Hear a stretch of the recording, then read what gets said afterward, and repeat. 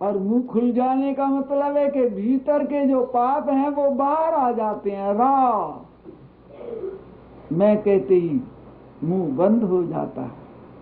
राम राम राम। इस सृष्टि में नाम का बड़ा प्रभाव है। नाम कोई भी ले सकते हैं।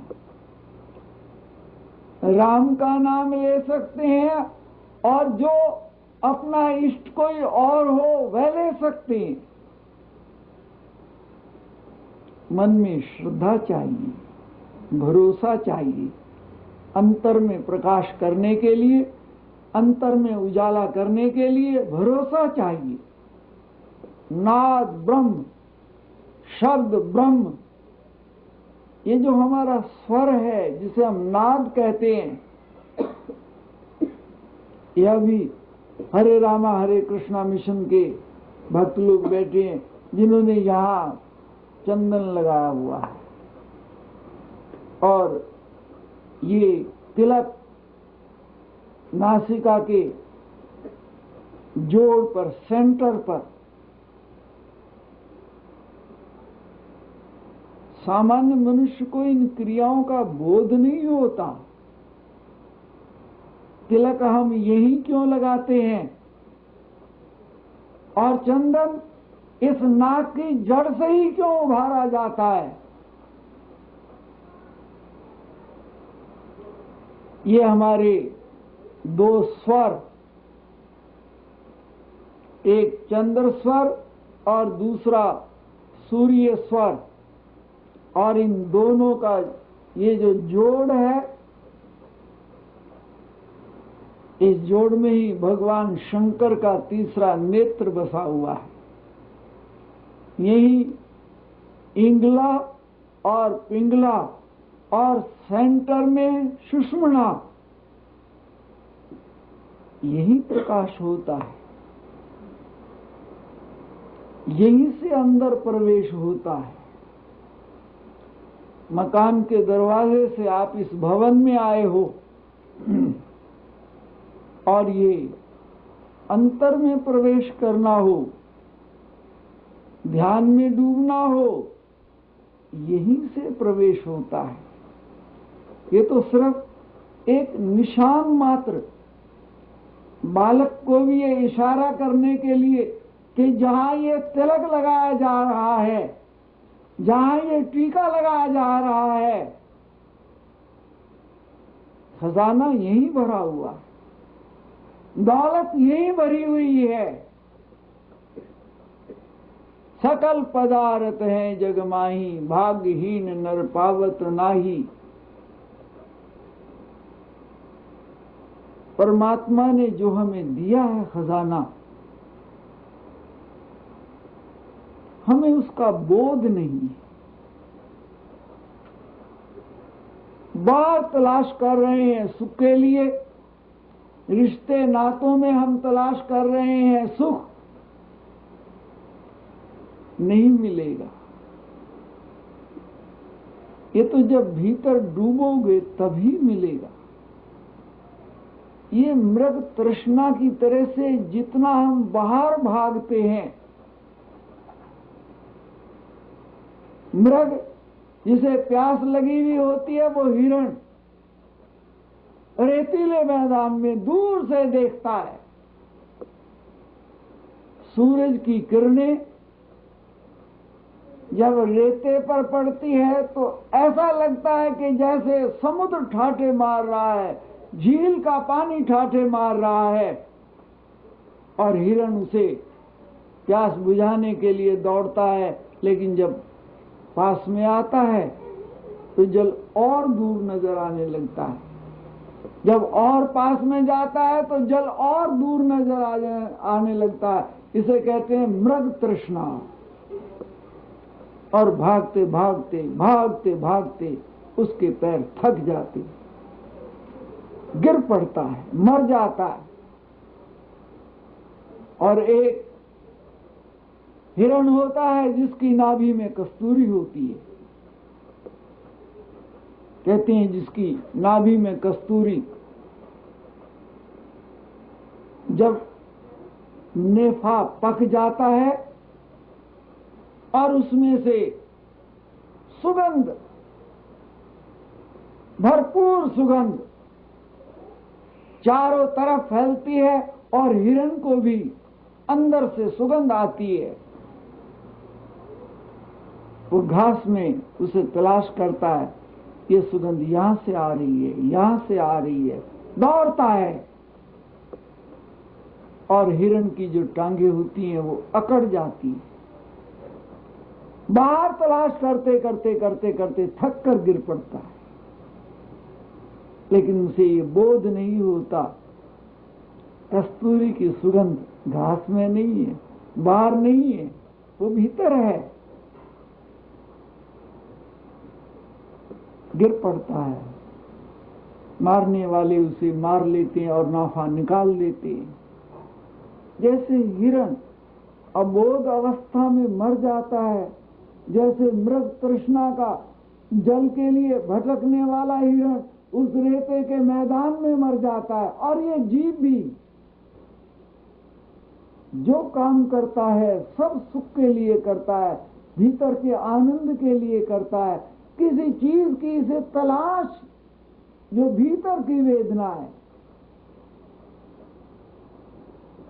विद्या अध्ययन करता है, पढ़ता है सुख के लिए,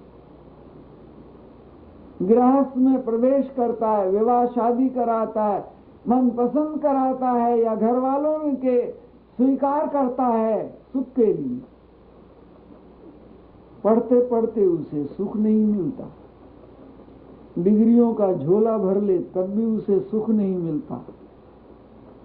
और आगे और आगे और आगे, फेल हो जाए तो उसे सुख नहीं मिलता, पास हो जाए तो उसे सुख नहीं मिलता, क्योंकि मंजिल और आगे और आगे। विवाह शादी में सुख के लिए गृहस्थ जीवन में प्रवेश करता है, लेकिन प्रवेश करने के बाद उसे लगता है अब यहां से निकल करके भी भाग नहीं सकता, कहीं कहीं इस बंधन से छुटकारा भी प्राप्त नहीं हो सकता, और इस बंधन में जीवन में सुख भी कहीं नहीं। इसलिए बुजुर्गों ने कहा कि ये गृहस्थ जीवन ऐसा है, ये बूर के लड्डू है, खाए तो पछताए और ना खाए तो पछताए। जिन्हें ये लड्डू नहीं मिले वो समझते हैं न मालूम इसमें कितना आनंद है, कितना इसमें रस है, ये जीवन में पता नहीं कितने लहर है। जिन्हें मिल जाता है उन्हें मालूम है इसको क्या कहते हैं, गृहस्थ। गृहस्थ का मतलब करते हैं, कहते जैसे गिरसा हुआ, जैसे सूरज को केतु ग्रस लेता है, चंद्रमा को राहु ग्रस लेता है, और उसकी रोशनी, उसका प्रकाश धुंधला पड़ जाता है। ग्रसना अर्थात किसी चीज को ढक लेना। गृहस्थ जीवन में प्रवेश करता है और प्रवेश करने के बाद इसकी हालत वो हो जाती है, न पीछे लौट करके जा सकता है, न आगे के लिए इसे कोई रास्ता मिलता है। सुख की तलाश में आगे जाता है। इसे छोड़ करके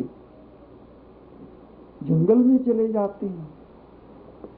जंगल में भी एकांत, शांत, जहां कोई लड़ाई झगड़ा, ये ऐसे ही स्थान की तलाश करता फिर रहा कि जहां शांति मिल जाए, जहां शांति मिल जाए।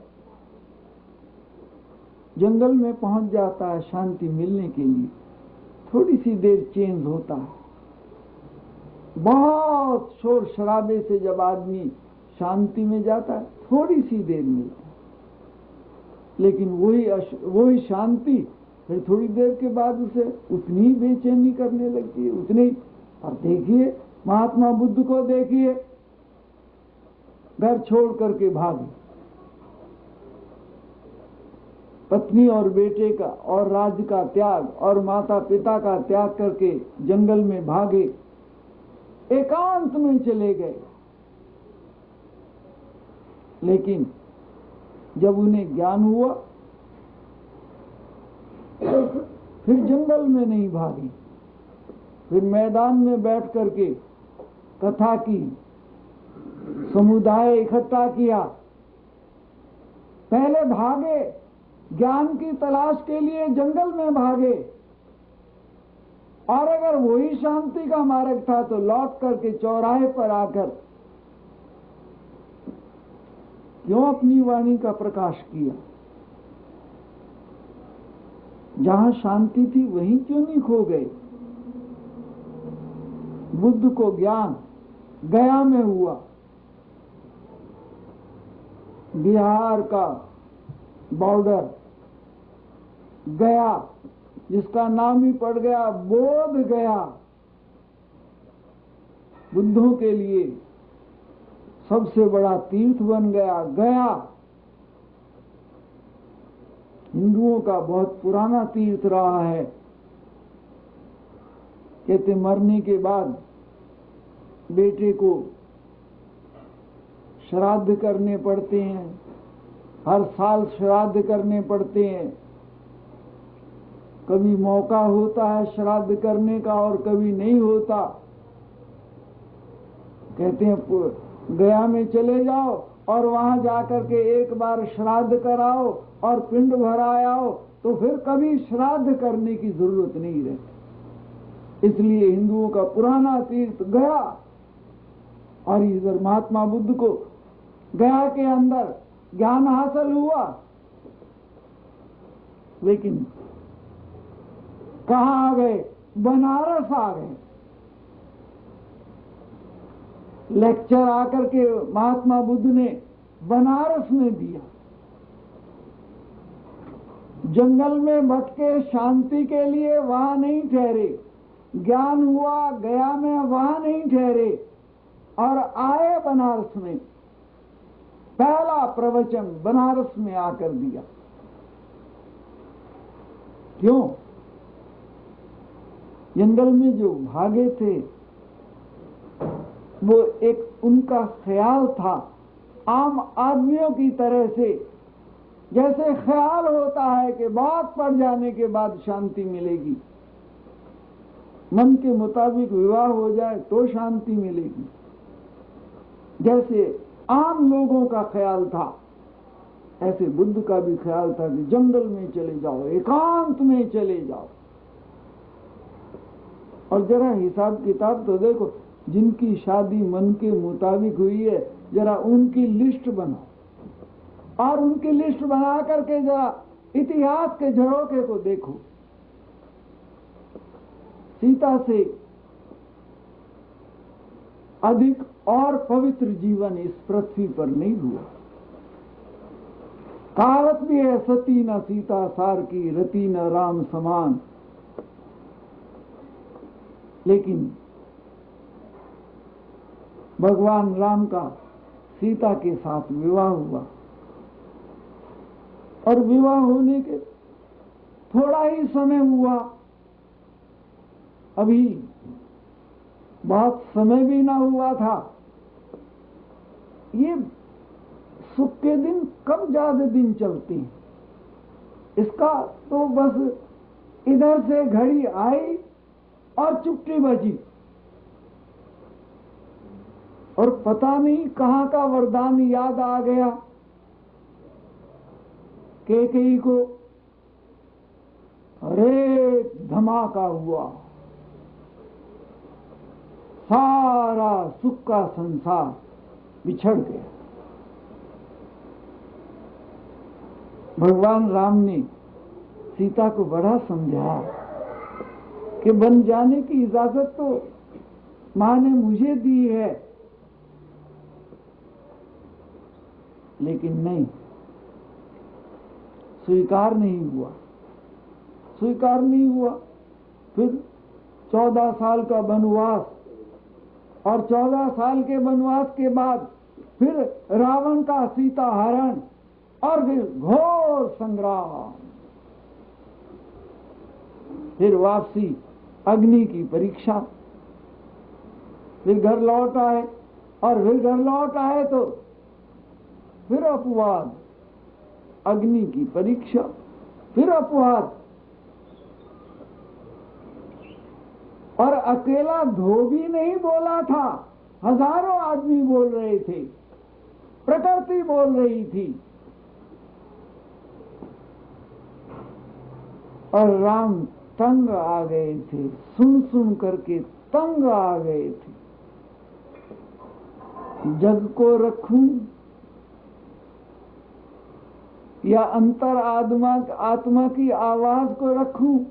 अंतर आत्मा की आवाज तो ये थी कि सीता जैसी पवित्र कोई स्त्री नहीं है, लेकिन लोगों की आवाज।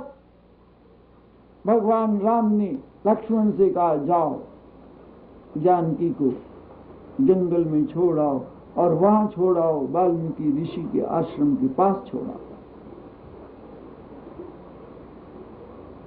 फिर राम मनाने के लिए गए जानकी जी को, बड़ा कहा कुल का गौरव इसी में है कि आप लौट चलो। सीता ने कहा पहले कुल का गौरव इसमें था कि मुझे बिना कहे बाहर निकाल दो, अब कुल का गौरव इस बात में है कि मैं वापस लौट चलूं। जरा सोचो तो सही, भगवान राम के गृहस्थ जीवन की कच्ची कहानी तो सुनो। भगवान राम ने बहुत मनाने की कोशिश की, लेकिन ये भी तो कहते हैं ना, नारी हट। भगवान राम मना करके हार गए। सीता ने कहा जहां से मुझे अपमानित होकर के निकलना पड़ा, उस अयोध्या में, उस रंग महल में मैं वापस लौट कर नहीं जाऊंगा। साधारण आदमी क्या जिद करता है, तो जिद तो देखो, बड़े आदमियों की जिद देखो। भगवान राम मना रहे हैं और जानकी जी जाने के लिए तैयार नहीं है। भगवान राम ने कहा फिर यहां रह करके रघुकुल को अपमानित होना पड़ेगा। सीता ने कहा मैं यहां नहीं रहूंगी। यहां नहीं रहोगी तो कहां जाओगी? कहते अभी बतला देती हूं कहां जाओगी। और इतिहास कहता है कि जमीन फटी और जानकी जी भूमि में समा गई। जरा देखिए गृहस्थ जीवन का एक हिसाब देखिए, संसार का पूरा इतिहास छान मारिए, जहां आदमी बाहर की दुनिया में सुख मानता, नहीं मिलेगा। द्रौपदी को देखिए, द्रौपदी का इतिहास को देखिए, नहीं सुख मिला। ये नहीं कि आदमी ये काम करना छोड़ देगा, पढ़ना छोड़ देगा, विवाह छोड़ देगा, कमाना छोड़ देगा। क्रिया मनुष्य के हाथ में नहीं है, छोड़ नहीं सकता। छोड़ना तो बहुत कुछ चाहता है, हर आदमी बहुत कुछ छोड़ना चाहता है। अगर उसके हाथ में हो छोड़ना, 1 मिनट में छोड़ दे। दुखी होकर के हजारों आदमी घर से भागना चाहते हैं, लेकिन छोड़ नहीं सकते। बुरी आदत कोई पड़ जाए, दुखी होकर उसे छोड़ना चाहते हैं, लेकिन नहीं छूटती। जिंदगी बड़ी विचित्र है। इसे समझने के लिए जिन खोजा तिन पाइया, गहरे पानी पैंठ, मैं बपुरा डूबन रहे, रहा किनारे बैठ। जिन खोजा, खोजो, ध्यान रहे, जब बाहर खोजोगे शांति नहीं मिलेगी, जब भीतर खोजोगे काय रे बन खोजन जाई, सर्व निवासी सदा अलेपा, तोए संग समाई। बाहर कहां खोजने जा रहा, बाहर कहां तलाश कर रहा? तो नदी नाव संयोगी मेले हैं, प्रारब्ध का खेल कहिए, शुभ अशुभ कर्मों का परिणाम कहिए, ईश्वर की रचना कहिए, भगवान की लीला कहिए, ये शब्दों का हेर फेर है। जिस जीवन से मनुष्य गुजर रहा है, एक तो ये दुनिया है, एक भीतर की दुनिया है जहां सुख का सागर बह रहा है, आनंद का जहां दरिया बह रहा है। उस दुनिया में इसने कदम नहीं रखा, उसकी तलाश और उसका रस इसे छुआ नहीं। और जब तक किसी चीज का स्वाद आदमी को नहीं लगता, वो उसके लिए कदम नहीं बढ़ा। बच्चे को शुरू में जरा सी चीनी भी उसके मुंह पर रखो तो उसको भी वो सहन नहीं करता, क्योंकि अभी उसे मीठा भी अच्छा नहीं लगता। धीरे धीरे जब सब चीजों से बच्चा परिचित हो जाता है, कड़वी भी खाता है, तीखी भी खाता है, सब स्वाद, इस संसार के सभी स्वाद, उनसे परिचित होकर के भी अपरिपक्व रहता है। जागो उठ भोर भई टुक जाग सही, अब रैन कहाँ जो सोवत है, जो सोवत है सो खोवत है, जो जागत है सो पावत है। एक तो वो रैन, थका हुआ आदमी सो गया, सुबह उठा जाग, ये तो रूटीन में है।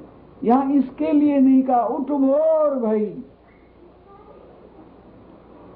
जिंदगी का सवेरा हो गया। सवेरा कब होता है? जब तू जाग जाए। जब तू जागा तभी सवेरा, जब तू जाग गया, जब तुझे अपने भीतर की होश आ गई।